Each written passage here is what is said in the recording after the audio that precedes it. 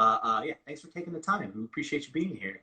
Having me, man. Thank you. Absolutely. A lot of the last couple of months at your boyfriend's parents' house. Yeah. Is that where you are right now?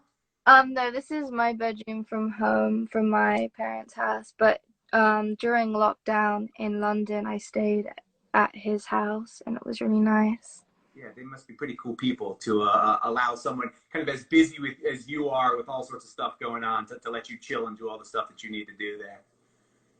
Yeah, they were so understanding. Like, we filmed Full of Care in their kitchen, so. It's cool. That's cool. I thought I read that your parents worked in the health field there in Britain. Are they doing okay? Everybody doing okay? It's a scary time. Yeah. At the beginning, my mom was like on the front line, but now everything, like, I think because I have an autistic brother, my dad has underlying health issues, although he works in the NHS, they were given not very jobs during the whole pandemic. So. Good. Well, I'm glad everybody's okay. Absolutely. Certainly that's the most important thing these days. As we were kind of waiting for you to get on, or kind of leading up to you getting on, I was telling people a little bit about your story and kind of when we as a radio station kind of first became aware of you and kind of what you were doing. I wonder if you could just very briefly, since we're still very much kind of in the getting to know you phase, talk about the story about getting that acoustic guitar, writing Coffee, like that sort of stuff. Well, I got kicked out of school, and I was kind of in a really bad place, mess, and I didn't really have something to put all my attention to. I used to write a lot in my journal, and I came home one day and my dad had bought a secondhand guitar, and I had to play it, and the first song I wrote was Coffee, and I didn't really expect it to, I guess, gain the traction it did, but yeah, it's super cool. No, I don't think that anybody who wrote their first song would expect it to do kind of a comedy. That's nuts. That's crazy. Is it the sort of thing, if you had to do it all over again, are you happy with the way that happened? It's almost terrifying to have the first song have the success that Coffee did. Would you do it over again? Would you have like a year's worth of songwriting under your belt before that, or are you happy with the way it went? I guess at times I feel like I was never really prepared for any of this, and things can get super overwhelming, and I'm not used to, the kind of attention. But at the same time, I'm so grateful for how it happened, and I think my naivety with everything, and I wouldn't say lack of interest because I love music, but kind of just the unexpected everything has kept me grounded as a person. And I guess people think that I can seem really distant with that sort of stuff, but I think it's because I'm just a bit scared about everything, and I'm just kind of here to write. And I originally wanted to be still want to be a nursery teacher.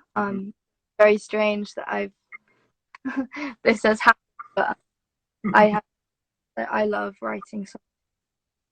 Sure. Well, I will say this. I don't think anybody is fully prepared kind of for that level of attention so quickly. And you've certainly handled it with grace and with intelligence. And yeah, some people don't handle it well. And it feels like you have, especially, yeah, it seems like you've taken it all very much in stride, for sure. Let's talk about the music. There's an album coming in October. When did work on the album start, and was any of it kind of through this whole thing that's been happening in the world this spring?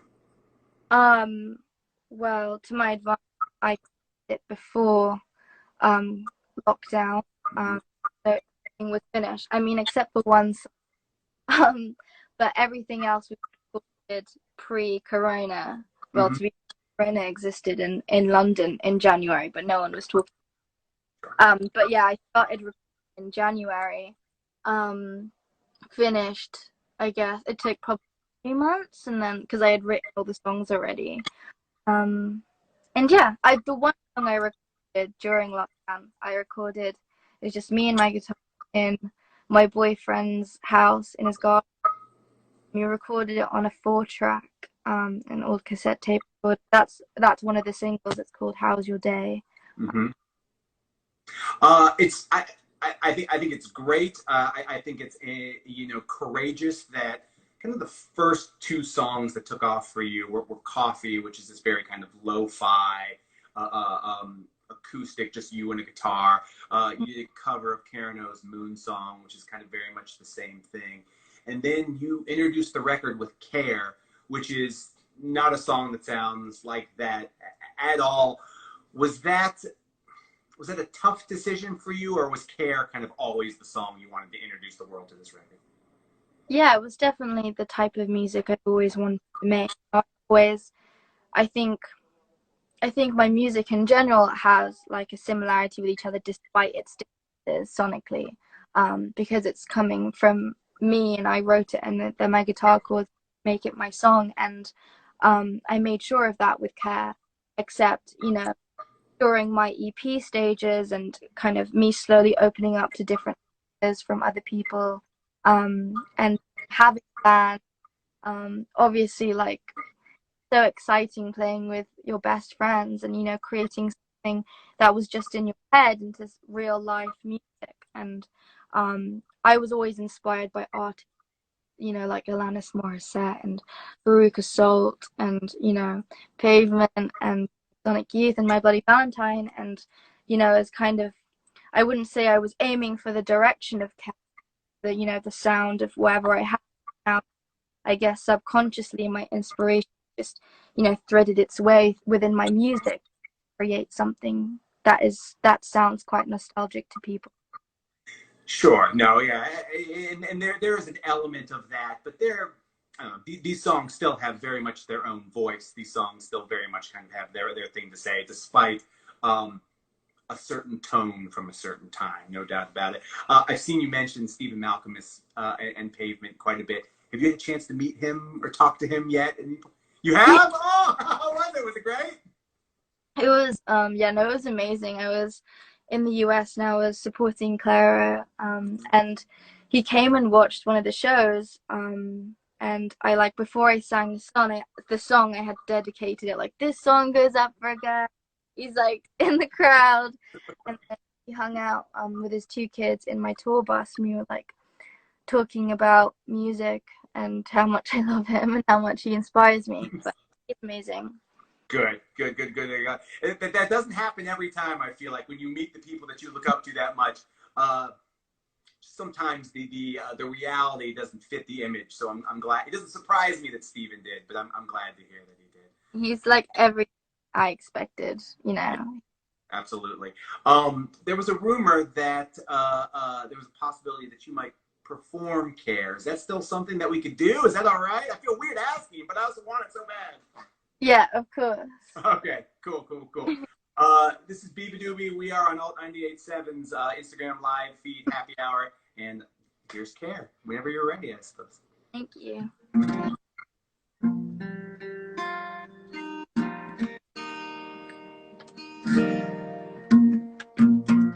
It's been a while since I talked about it.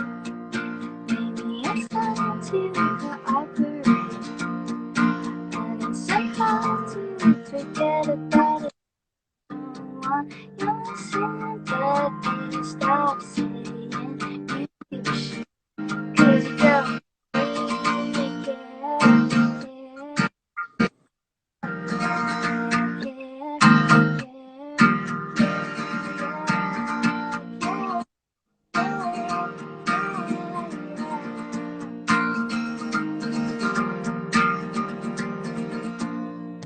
It's been a while, but about it.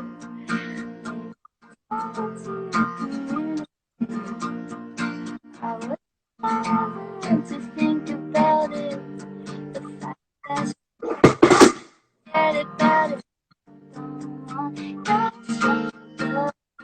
I hide it, but you don't really care.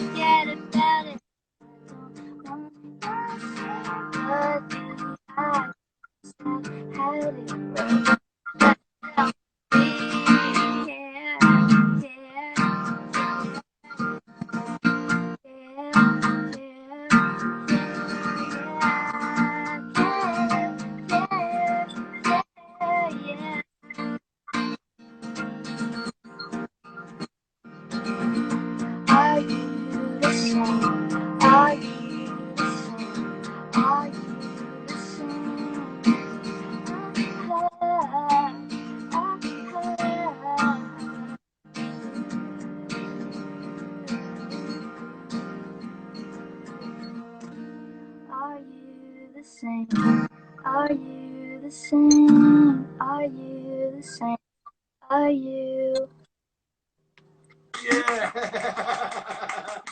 Absolutely. It's BEABADOOBee. That is a live acoustic version of her song Care. The new album is called Fake It Flowers. It's going to be out in October. A couple of things. While you were playing, as I was listening, I noticed, are those 7-inch records on your windowsill? What Yes, records do you have? they're all broken. That's why I put them on there. I'd never put. Sure. But these are the ones that have sadly departed from my collection.